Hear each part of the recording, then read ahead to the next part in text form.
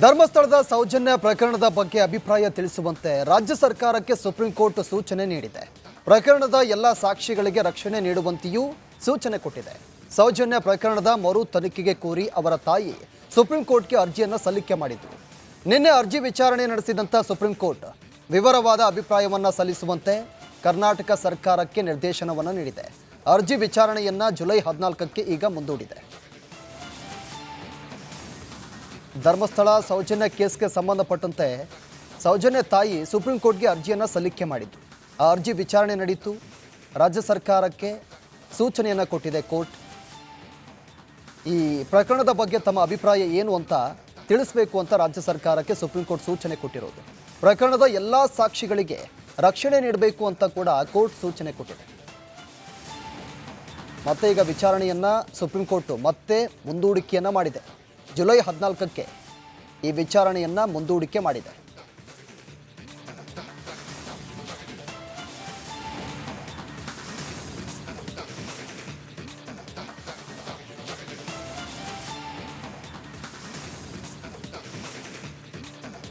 ಧರ್ಮಸ್ಥಳದ ಸೌಜನ್ಯ ಪ್ರಕರಣದ ಬಗ್ಗೆ ಅಭಿಪ್ರಾಯ ತಿಳಿಸುವಂತೆ ರಾಜ್ಯ ಸರ್ಕಾರಕ್ಕೆ ಸುಪ್ರೀಂ ಕೋರ್ಟ್ ಸೂಚನೆ ನೀಡಿದೆ. ಪ್ರಕರಣದ ಎಲ್ಲ ಸಾಕ್ಷಿಗಳಿಗೆ ರಕ್ಷಣೆ ನೀಡುವಂತೆಯೂ ಸೂಚನೆ ಕೊಟ್ಟಿದೆ. ಸೌಜನ್ಯ ಪ್ರಕರಣದ ಮರು ತನಿಖೆಗೆ ಕೋರಿ ಅವರ ತಾಯಿ ಸುಪ್ರೀಂ ಕೋರ್ಟ್ಗೆ ಅರ್ಜಿಯನ್ನು ಸಲ್ಲಿಕೆ ಮಾಡಿದರು. ನಿನ್ನೆ ಅರ್ಜಿ ವಿಚಾರಣೆ ನಡೆಸಿದಂಥ ಸುಪ್ರೀಂ ಕೋರ್ಟ್ ವಿವರವಾದ ಅಭಿಪ್ರಾಯವನ್ನು ಸಲ್ಲಿಸುವಂತೆ ಕರ್ನಾಟಕ ಸರ್ಕಾರಕ್ಕೆ ನಿರ್ದೇಶನವನ್ನು ನೀಡಿದೆ. ಅರ್ಜಿ ವಿಚಾರಣೆಯನ್ನು ಜುಲೈ 14ಕ್ಕೆ ಈಗ ಮುಂದೂಡಿದೆ. ಧರ್ಮಸ್ಥಳ ಸೌಜನ್ಯ ಕೇಸ್ಗೆ ಸಂಬಂಧಪಟ್ಟಂತೆ ಸೌಜನ್ಯ ತಾಯಿ ಸುಪ್ರೀಂ ಕೋರ್ಟ್ಗೆ ಅರ್ಜಿಯನ್ನು ಸಲ್ಲಿಕೆ ಮಾಡಿದ್ದು. ಆ ಅರ್ಜಿ ವಿಚಾರಣೆ ನಡೆಯಿತು. ರಾಜ್ಯ ಸರ್ಕಾರಕ್ಕೆ ಸೂಚನೆಯನ್ನು ಕೊಟ್ಟಿದೆ ಕೋರ್ಟ್. ಈ ಪ್ರಕರಣದ ಬಗ್ಗೆ ತಮ್ಮ ಅಭಿಪ್ರಾಯ ಏನು ಅಂತ ತಿಳಿಸಬೇಕು ಅಂತ ರಾಜ್ಯ ಸರ್ಕಾರಕ್ಕೆ ಸುಪ್ರೀಂ ಕೋರ್ಟ್ ಸೂಚನೆ ಕೊಟ್ಟಿರೋದು. ಪ್ರಕರಣದ ಎಲ್ಲ ಸಾಕ್ಷಿಗಳಿಗೆ ರಕ್ಷಣೆ ನೀಡಬೇಕು ಅಂತ ಕೂಡ ಕೋರ್ಟ್ ಸೂಚನೆ ಕೊಟ್ಟಿದೆ. ಮತ್ತೆ ಈಗ ವಿಚಾರಣೆಯನ್ನು ಸುಪ್ರೀಂ ಕೋರ್ಟ್ ಮತ್ತೆ ಮುಂದೂಡಿಕೆಯನ್ನು ಮಾಡಿದೆ. ಜುಲೈ 14ಕ್ಕೆ ಈ ವಿಚಾರಣೆಯನ್ನು ಮುಂದೂಡಿಕೆ ಮಾಡಿದೆ.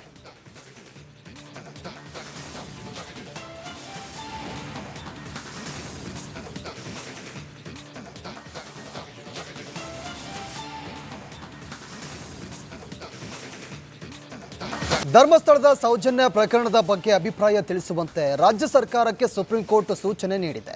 ಪ್ರಕರಣದ ಎಲ್ಲ ಸಾಕ್ಷಿಗಳಿಗೆ ರಕ್ಷಣೆ ನೀಡುವಂತೆಯೂ ಸೂಚನೆ ಕೊಟ್ಟಿದೆ. ಸೌಜನ್ಯ ಪ್ರಕರಣದ ಮರು ತನಿಖೆಗೆ ಕೋರಿ ಅವರ ತಾಯಿ ಸುಪ್ರೀಂ ಕೋರ್ಟ್ಗೆ ಅರ್ಜಿಯನ್ನು ಸಲ್ಲಿಕೆ ಮಾಡಿದರು. ನಿನ್ನೆ ಅರ್ಜಿ ವಿಚಾರಣೆ ನಡೆಸಿದಂಥ ಸುಪ್ರೀಂ ಕೋರ್ಟ್ ವಿವರವಾದ ಅಭಿಪ್ರಾಯವನ್ನು ಸಲ್ಲಿಸುವಂತೆ ಕರ್ನಾಟಕ ಸರ್ಕಾರಕ್ಕೆ ನಿರ್ದೇಶನವನ್ನು ನೀಡಿದೆ. ಅರ್ಜಿ ವಿಚಾರಣೆಯನ್ನು ಜುಲೈ 14ಕ್ಕೆ ಈಗ ಮುಂದೂಡಿದೆ. ಧರ್ಮಸ್ಥಳ ಸೌಜನ್ಯ ಕೇಸ್ಗೆ ಸಂಬಂಧಪಟ್ಟಂತೆ ಸೌಜನ್ಯ ತಾಯಿ ಸುಪ್ರೀಂ ಕೋರ್ಟ್ಗೆ ಅರ್ಜಿಯನ್ನು ಸಲ್ಲಿಕೆ ಮಾಡಿದ್ದು. ಆ ಅರ್ಜಿ ವಿಚಾರಣೆ ನಡೆಯಿತು. ರಾಜ್ಯ ಸರ್ಕಾರಕ್ಕೆ ಸೂಚನೆಯನ್ನು ಕೊಟ್ಟಿದೆ ಕೋರ್ಟ್. ಈ ಪ್ರಕರಣದ ಬಗ್ಗೆ ತಮ್ಮ ಅಭಿಪ್ರಾಯ ಏನು ಅಂತ ತಿಳಿಸಬೇಕು ಅಂತ ರಾಜ್ಯ ಸರ್ಕಾರಕ್ಕೆ ಸುಪ್ರೀಂ ಕೋರ್ಟ್ ಸೂಚನೆ ಕೊಟ್ಟಿರೋದು. ಪ್ರಕರಣದ ಎಲ್ಲ ಸಾಕ್ಷಿಗಳಿಗೆ ರಕ್ಷಣೆ ನೀಡಬೇಕು ಅಂತ ಕೂಡ ಕೋರ್ಟ್ ಸೂಚನೆ ಕೊಟ್ಟಿದೆ.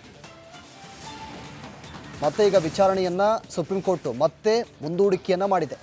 ಜುಲೈ 14ಕ್ಕೆ ಈ ವಿಚಾರಣೆಯನ್ನು ಮುಂದೂಡಿಕೆ ಮಾಡಿದೆ.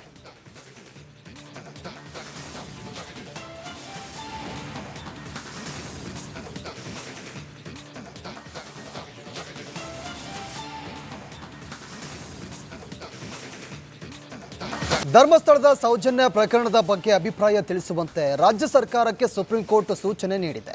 ಪ್ರಕರಣದ ಎಲ್ಲ ಸಾಕ್ಷಿಗಳಿಗೆ ರಕ್ಷಣೆ ನೀಡುವಂತೆಯೂ ಸೂಚನೆ ಕೊಟ್ಟಿದೆ. ಸೌಜನ್ಯ ಪ್ರಕರಣದ ಮರು ತನಿಖೆಗೆ ಕೋರಿ ಅವರ ತಾಯಿ ಸುಪ್ರೀಂ ಕೋರ್ಟ್ಗೆ ಅರ್ಜಿಯನ್ನು ಸಲ್ಲಿಕೆ ಮಾಡಿದರು. ನಿನ್ನೆ ಅರ್ಜಿ ವಿಚಾರಣೆ ನಡೆಸಿದಂಥ ಸುಪ್ರೀಂ ಕೋರ್ಟ್ ವಿವರವಾದ ಅಭಿಪ್ರಾಯವನ್ನು ಸಲ್ಲಿಸುವಂತೆ ಕರ್ನಾಟಕ ಸರ್ಕಾರಕ್ಕೆ ನಿರ್ದೇಶನವನ್ನು ನೀಡಿದೆ. ಅರ್ಜಿ ವಿಚಾರಣೆಯನ್ನು ಜುಲೈ 14ಕ್ಕೆ ಈಗ ಮುಂದೂಡಿದೆ. ಧರ್ಮಸ್ಥಳ ಸೌಜನ್ಯ ಕೇಸ್ಗೆ ಸಂಬಂಧಪಟ್ಟಂತೆ ಸೌಜನ್ಯ ತಾಯಿ ಸುಪ್ರೀಂ ಕೋರ್ಟ್ಗೆ ಅರ್ಜಿಯನ್ನು ಸಲ್ಲಿಕೆ ಮಾಡಿದ್ದು. ಆ ಅರ್ಜಿ ವಿಚಾರಣೆ ನಡೆಯಿತು. ರಾಜ್ಯ ಸರ್ಕಾರಕ್ಕೆ ಸೂಚನೆಯನ್ನು ಕೊಟ್ಟಿದೆ ಕೋರ್ಟ್. ಈ ಪ್ರಕರಣದ ಬಗ್ಗೆ ತಮ್ಮ ಅಭಿಪ್ರಾಯ ಏನು ಅಂತ ತಿಳಿಸಬೇಕು ಅಂತ ರಾಜ್ಯ ಸರ್ಕಾರಕ್ಕೆ ಸುಪ್ರೀಂ ಕೋರ್ಟ್ ಸೂಚನೆ ಕೊಟ್ಟಿರೋದು. ಪ್ರಕರಣದ ಎಲ್ಲ ಸಾಕ್ಷಿಗಳಿಗೆ ರಕ್ಷಣೆ ನೀಡಬೇಕು ಅಂತ ಕೂಡ ಕೋರ್ಟ್ ಸೂಚನೆ ಕೊಟ್ಟಿದೆ. ಮತ್ತೆ ಈಗ ವಿಚಾರಣೆಯನ್ನು ಸುಪ್ರೀಂ ಕೋರ್ಟ್ ಮತ್ತೆ ಮುಂದೂಡಿಕೆಯನ್ನು ಮಾಡಿದೆ. ಜುಲೈ 14ಕ್ಕೆ ಈ ವಿಚಾರಣೆಯನ್ನು ಮುಂದೂಡಿಕೆ ಮಾಡಿದೆ.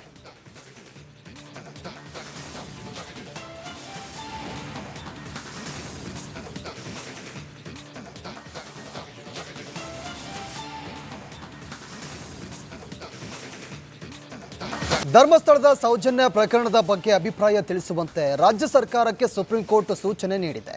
ಪ್ರಕರಣದ ಎಲ್ಲ ಸಾಕ್ಷಿಗಳಿಗೆ ರಕ್ಷಣೆ ನೀಡುವಂತೆಯೂ ಸೂಚನೆ ಕೊಟ್ಟಿದೆ. ಸೌಜನ್ಯ ಪ್ರಕರಣದ ಮರು ತನಿಖೆಗೆ ಕೋರಿ ಅವರ ತಾಯಿ ಸುಪ್ರೀಂ ಕೋರ್ಟ್ಗೆ ಅರ್ಜಿಯನ್ನು ಸಲ್ಲಿಕೆ ಮಾಡಿದ್ರು. ನಿನ್ನೆ ಅರ್ಜಿ ವಿಚಾರಣೆ ನಡೆಸಿದಂಥ ಸುಪ್ರೀಂ ಕೋರ್ಟ್ ವಿವರವಾದ ಅಭಿಪ್ರಾಯವನ್ನು ಸಲ್ಲಿಸುವಂತೆ ಕರ್ನಾಟಕ ಸರ್ಕಾರಕ್ಕೆ ನಿರ್ದೇಶನವನ್ನು ನೀಡಿದೆ. ಅರ್ಜಿ ವಿಚಾರಣೆಯನ್ನು ಜುಲೈ 14ಕ್ಕೆ ಈಗ ಮುಂದೂಡಿದೆ. ಧರ್ಮಸ್ಥಳ ಸೌಜನ್ಯ ಕೇಸ್ಗೆ ಸಂಬಂಧಪಟ್ಟಂತೆ ಸೌಜನ್ಯ ತಾಯಿ ಸುಪ್ರೀಂ ಕೋರ್ಟ್ಗೆ ಅರ್ಜಿಯನ್ನು ಸಲ್ಲಿಕೆ ಮಾಡಿದ್ದು. ಆ ಅರ್ಜಿ ವಿಚಾರಣೆ ನಡೆಯಿತು. ರಾಜ್ಯ ಸರ್ಕಾರಕ್ಕೆ ಸೂಚನೆಯನ್ನು ಕೊಟ್ಟಿದೆ ಕೋರ್ಟ್. ಈ ಪ್ರಕರಣದ ಬಗ್ಗೆ ತಮ್ಮ ಅಭಿಪ್ರಾಯ ಏನು ಅಂತ ತಿಳಿಸಬೇಕು ಅಂತ ರಾಜ್ಯ ಸರ್ಕಾರಕ್ಕೆ ಸುಪ್ರೀಂ ಕೋರ್ಟ್ ಸೂಚನೆ ಕೊಟ್ಟಿರೋದು. ಪ್ರಕರಣದ ಎಲ್ಲ ಸಾಕ್ಷಿಗಳಿಗೆ ರಕ್ಷಣೆ ನೀಡಬೇಕು ಅಂತ ಕೂಡ ಕೋರ್ಟ್ ಸೂಚನೆ ಕೊಟ್ಟಿದೆ. ಮತ್ತೆ ಈಗ ವಿಚಾರಣೆಯನ್ನು ಸುಪ್ರೀಂ ಕೋರ್ಟ್ ಮತ್ತೆ ಮುಂದೂಡಿಕೆಯನ್ನು ಮಾಡಿದೆ. ಜುಲೈ 14ಕ್ಕೆ ಈ ವಿಚಾರಣೆಯನ್ನು ಮುಂದೂಡಿಕೆ ಮಾಡಿದೆ.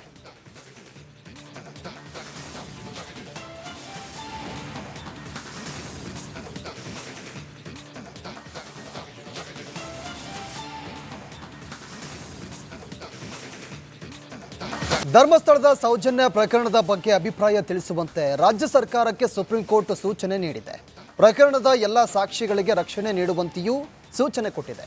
ಸೌಜನ್ಯ ಪ್ರಕರಣದ ಮರು ತನಿಖೆಗೆ ಕೋರಿ ಅವರ ತಾಯಿ ಸುಪ್ರೀಂ ಕೋರ್ಟ್ಗೆ ಅರ್ಜಿಯನ್ನು ಸಲ್ಲಿಕೆ ಮಾಡಿದ್ರು.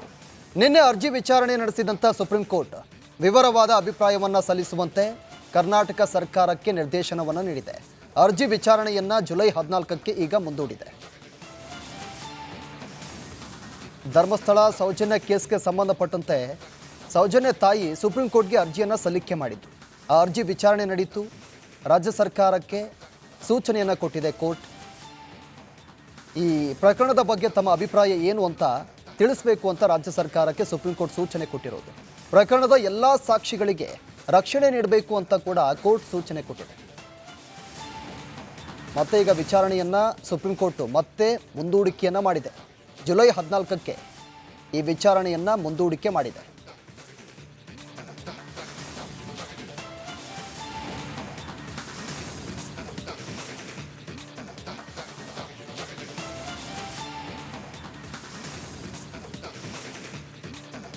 ಧರ್ಮಸ್ಥಳದ ಸೌಜನ್ಯ ಪ್ರಕರಣದ ಬಗ್ಗೆ ಅಭಿಪ್ರಾಯ ತಿಳಿಸುವಂತೆ ರಾಜ್ಯ ಸರ್ಕಾರಕ್ಕೆ ಸುಪ್ರೀಂ ಕೋರ್ಟ್ ಸೂಚನೆ ನೀಡಿದೆ.